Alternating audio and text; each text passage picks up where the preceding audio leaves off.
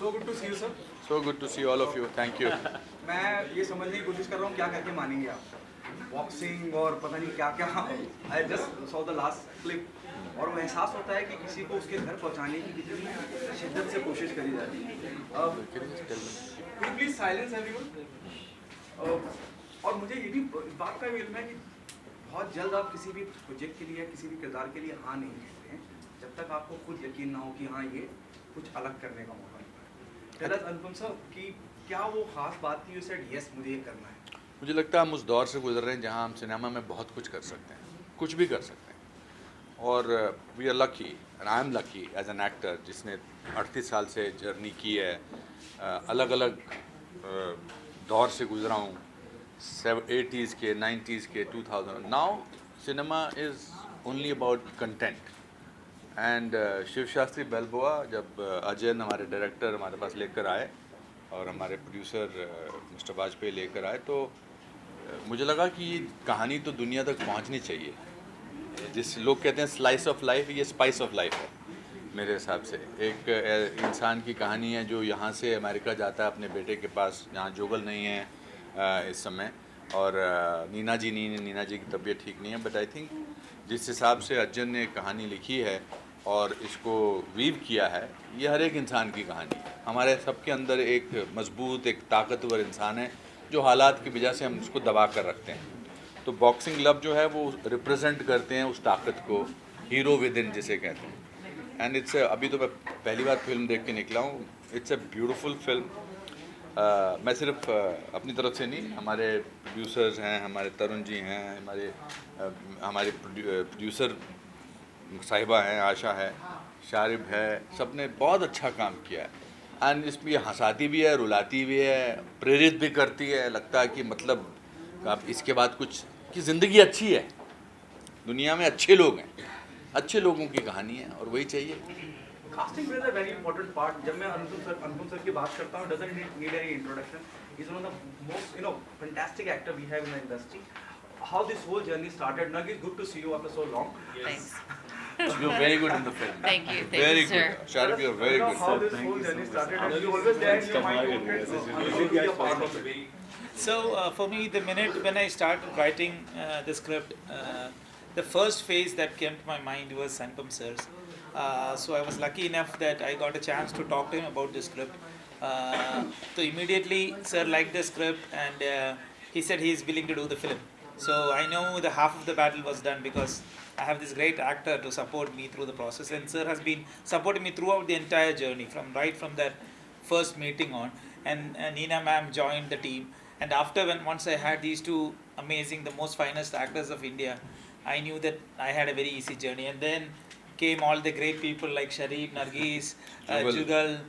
So I was just plain lucky to make this happen, and I'm glad that it happened. And we have very good producer. Kishore is a very fine producer. For this kind of a film, you need a producer who has who is supporting. He is not from the field. Ashutosh ji is from this field. Anita ji is from this field.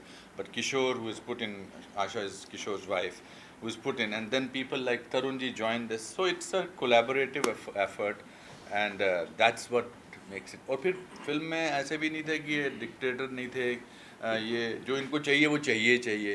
पर ये Caspar ने बड़ा अच्छा काम किया, जो हमारे छोटा सा कुत्ता है वो उसने बहुत अच्छा काम किया। Yes, you were asking something too. पहले आपसे पूछ लेता हूँ सर, 2022 की मैं बात करूँ, काफ़ी अनोखा साल गया है आपके लिए। बैक टू बैक इतनी सारी फिल्मों आपने दी है, एंड 2023 में शुरुआत में ये फिल्म आ रही है आपकी। किस तरह से देख रहे हो 2023 को as an actor, and what is the one role that you would like to explore in 2023? I think मैं इतने सालों से काम करता आया हूँ और मुझे तो हमेशा लगा कि मैं बड़ा हैपनिंग एक्टर था। चाहे वो नहीं, मतलब तब भी नहीं, अब तो खैर मैं हूँ ही। But I think we remember cinema, we remember films, we remember stories, we don't necessarily remember collections. This film will be remembered for its story. हो सकता है कि 2022 जो था वो मेरी फिल्में सुपर हिट हुई, हो सकता है ये फिल्म बहुत अच्छी चलेगी। हम चाहते हैं कि आपके ज़रिए, आपके माध्यम के ज़रिए, मीडिया के ज़रिए हमें ऑडियंस को थिएटर में लाना है। एक बार वो थिएटर में आ जाएं फिर हमें पूरा यकीन है कि उनको ये फिल्म पसंद आएगी ही आएगी। तो इसलिए आपके साथ की बहुत सख्त ज़रूरत है दोस्तों। And we have beauty and with great she is perform so well, Sharib is so good, Jugal is so good, Jugal will be coming in the movies after a long time, so everybody is so good and audience आजकल सब कुछ पसंद करती है। Nargis, what would you like to say? You're coming back to film. People were waiting. She's coming back for to you. India. She's Coming been back to working. India and film. People were waiting to see you in the big screen. Yeah, I'm super excited that I know everyone was very excited and waiting for me. So now they get to see me, which I'm very happy to be a part of this film. So thank you for having me. I loved my part and I loved working with this team. They've been really amazing. अनुपम जी, आपसे जानना चाहूँगा, काफ़ी different posters मुझे काफ़ी different लगा और माना जा रहा है कि फिल्म में आपने टैटू भी बनाया है अपने दोस्तों के लिए। अगर कितनी सच्चाई है इस कहानी पे? मैंने बनाया था, फिर उतारने में बहुत टाइम लगा। मैंने ज़िंदगी में कभी टैटू नहीं लगाया था, ये काफ़ी टाइम लगा, 1 महीना लगा उसको उतारने में। और मेरी माँ को फिल्म बहुत पसंद आई है। वो जब चुप हो जाती हैं तो उसका मतलब उनको अच्छी लगी है, जब वो चुप हो जाती है उसका मतलब उनको नज़र नहीं लगनी चाहिए मुझे, क्योंकि अच्छा काम किया। बट आई थिंक और ऑल्सो मैंने आज फिल्म देखी पहली बार तो मुझे लगा कि बहुत रियल फिल्म है, फैमिली जैसी है, जैसी होती है, जैसे बच्चे बात करते हैं वो वैसा ही उनका रिएक्शन है। आप मेरे बाद इन जिन्होंने आज फिल्म देखी है उनके रिएक्शन ज़रूर लीजिए, उसका हमें फ़र्क पड़ेगा उससे। तो बस एक ही बात है भैया, फिल्म देखने आ जाओ बाकी हम संभाल लेंगे। Sharib, what's your take? मतलब आप भी मतलब कभी हैदराबादी हैं और कभी कहाँ हैं, कभी कहीं भी पहुँच जाते हैं। इस किरदार को लेके क्या ब्रीफ था? Your and the most important part, your experience working with somebody like Anupam Kher साहब। मेरे लिए तो बहुत बहुत खूबसूरत पूरा का पूरा एक्सपीरियंस रहा है। Right from the time I started reading the script till today इतना खूबसूरत रहा है कि मैं क्या बताऊँ। मैं जब हमने पोस्टर डाला था ट्विटर पे तो किसी ने ट्वीट किया था कि Anupam Kher is trending since 4 hours. तो मैं उसमें बोलने वाला था, पता नहीं कुछ 4-5 चीज़ें आ गई थी कि Anupam Kher is been trending since 4 decades. तो इनके साथ में मुझे काम करने का मौका मिला, ये तो बहुत बड़ा सौभाग्य है। और इतनी अच्छी टीम, अजय ने इतनी अच्छी स्क्रिप्ट लिखी है, मेरा किरदार इतना प्यारा पंजाबी मतलब दैट्स सो वेल डन। हमारे जितने भी बाइकर्स थे, सॉरी हमारे जितने बाइकर्स हैं वो रेगुलर बाइकर्स हैं, वो मतलब रियल बाइकर्स क्लब के, तो उनसे एक्टिंग करवाई है, खतरनाक। हाँ उनसे बहुत ज़्यादा एक्टिंग उन्होंने की है। And to shoot at real locations, at the end of it is also about loneliness of people, not necessarily हमारे हिंदुस्तानी जो बाहर जाते हैं वो कैसे कितना मिस करते हैं हिंदुस्तान को। ये अभी आशुतोष जी अमेरिका से आए, अब इनको मैं कह रहा हूँ कि वापस जाइए ही मत, ये 1.5 महीने से यहाँ हैं। And thank you Tarun ji for joining with us, because काफ़ी लोग जुड़े हैं। एंड बस और क्या, अभी क्या बोलूँ। मेरा आखिरी सवाल आपसे, और आपने अभी बातों बातों में कहा कि वो एक सारा फेस देखा है, 70 का दशक, 80 का दशक, 90 का दशक। एक दौर हमने ऐसा भी देखा था कि अमिताभ बच्चन आपके फिल्म में और आपकी फिल्म ब्लॉकबस्टर, वो दौर हुआ है, प्रकाश मेहरा साहब का दौर था। क्या आप मानते हैं कि जैसे आपने कहा कि अब content pledge a very important part, और जिस तरह के माध्यम आ गए हैं नो, OTT प्लेटफॉर्म आ गए हैं, अब फिलहाल जिस तरह का सिनेमा या फिल्म मेकिंग हो रही है उस पर आपकी व्यक्तिगत राय क्या है अनुपम सर? नहीं, मुझे लगता है कि आज एक आम इंसान के पास मनोरंजन के बहुत साधन हैं, मॉल चले जा सकते हैं, मल्टीप्लेक्सेस जा सकते हैं, मोबाइल है, OTT प्लेटफॉर्म्स हैं। तो when you are making a film for people to get from their houses to spend money for 4 people, buy popcorn, it's a big amount of money. So you have to make something which they will really get interested to. लोग इस film को 1-2 लोगों ने कहा कि अंग्रेज़ी में है, पहले तो मैं बताना चाहता हूँ ये अंग्रेज़ी में नहीं है। दूसरी बात, इसके OTT राइट्स अभी बिके नहीं हैं, तो कब बिकेंगे पता नहीं है, मगर इसको थिएटर में ही देखना है। बट तो हम बड़े अच्छे दौर से गुजर रहे हैं, ऐसा नहीं कि सिनेमा पहले अच्छा नहीं होता था। My point is, do you think hero is not that important? Hero is the script. However big the hero is, if the script is not your hero, nothing can work. It was always there, but in today the audience is so educated. पहले 5 minute में समझ जाते हैं picture देखने की नहीं देखनी। That's all. Thank you so much. What message do you want to give to the audience? Why they come and be a part of this? एक तो मेरे मसल्स देख लीजिए। नहीं आई थिंक मसल के रख देंगे यार। नहीं आई थिंक यू नो जब मेरे पोस्टर लगते थे 84 में, जब मैंने सारांश की थी, तो 84 से लेकर 2020 तक मैं पोस्टर के कॉर्नर में होता था। अब वहाँ से पिछले 2 साल से मैं फोटो के सेंटर में हूँ। ये इस जर्नी को देखने के लिए they should watch this film. That's it. Thank you so much. Come to the theater on Feb. Yes, our film is releasing on 10th of February, Shiv Shastri Balboa. Please watch it only in theaters. It is only in theaters. Yes, amazing. She should request. Yes. Yes, please, Coming everybody, come watch us on February 10th. Yes, thank you. पहले जानना चाहूँगा आपका association Shiv Shastri इस film के साथ, कैसे आप जुड़े हुए हैं इस फिल्म के साथ?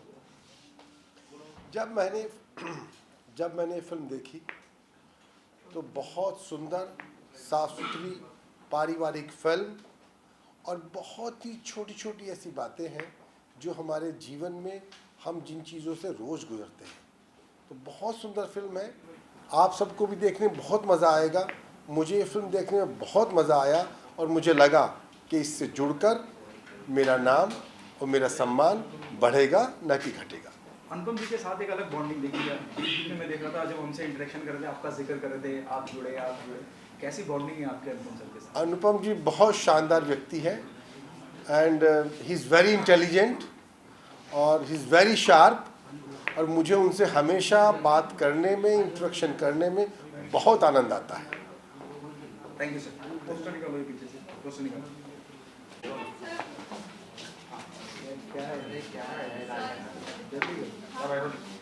अक्सर एक्टर इतने इंटेलिजेंट नहीं होते। सीरियसली मैं I been there in the journalism से लास्ट सो मेनी इयर्स, लेकिन मुझे मालूम है बहुत ज़हीन आदमी है। अगर आप उनसे पूछ भी रहे हो तो बहुत सोच समझ के पूछना है। बहुत इंटेलिजेंट है।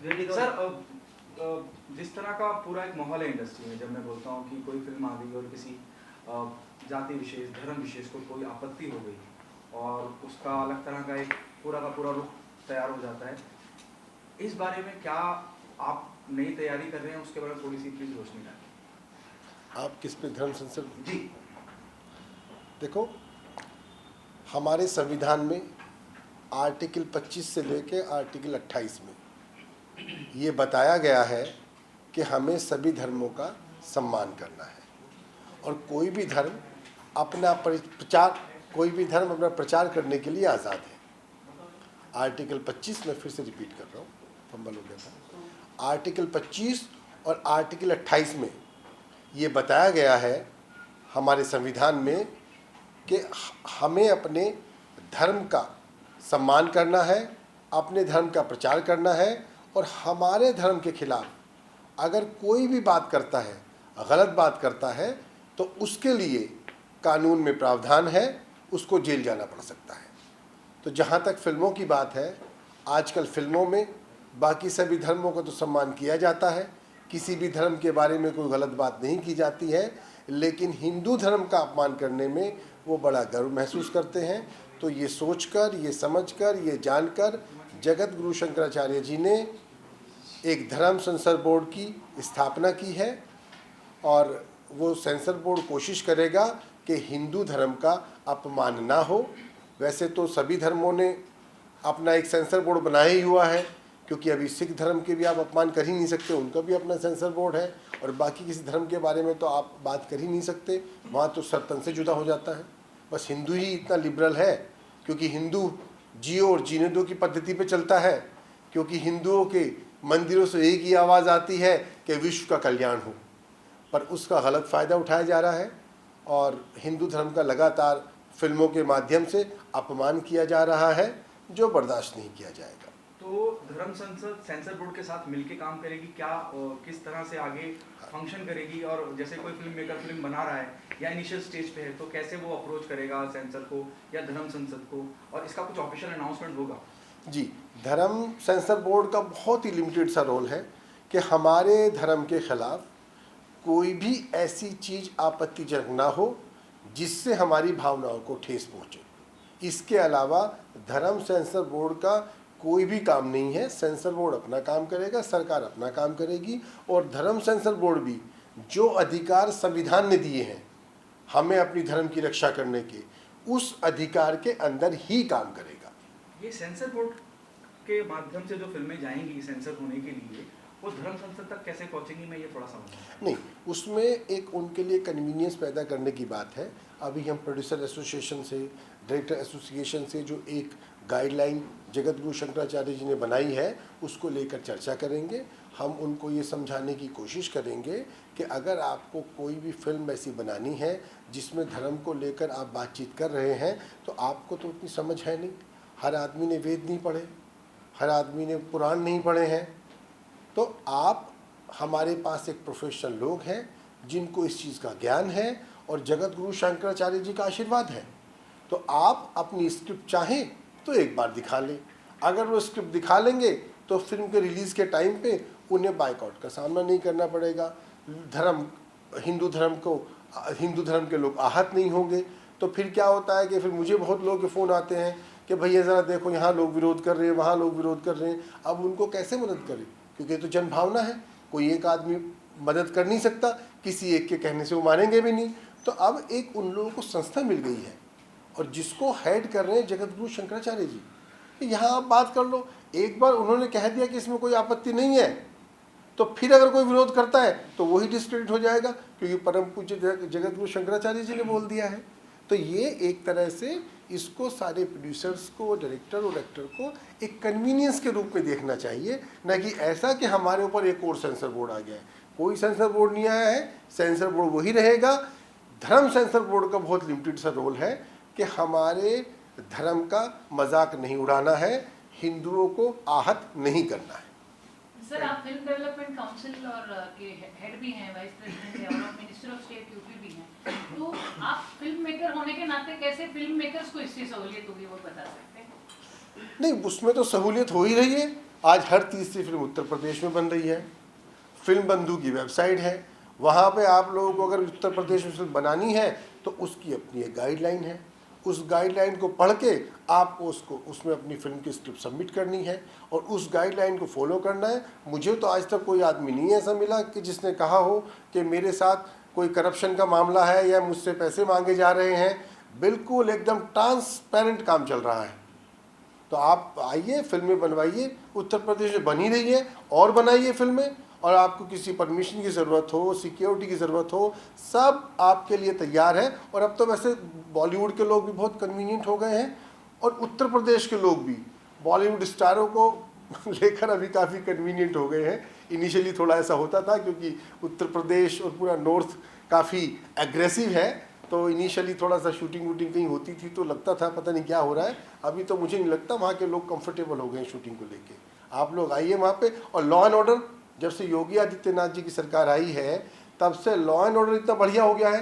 नहीं, उससे पहले एक माहौल था देश के अंदर कि जिसके पास भी पैसा है, जिसने भी थोड़ा कुछ अपना नाम कमा लिया है, वो उत्तर प्रदेश से भागना चाहता था। आज पूरी दुनिया के, पूरे देश के लोग उत्तर प्रदेश में इन्वेस्टमेंट करना चाहते हैं, उत्तर प्रदेश में आना चाहते हैं। आप हर साल देखते ही हैं करोड़ रुपए का, लाखों करोड़ रुपए का इन्वेस्टमेंट उत्तर प्रदेश में आ रहा है। लोग वापस उत्तर प्रदेश जाकर रहना चाहते हैं। बहुत बहुत धन्यवाद। Thank you.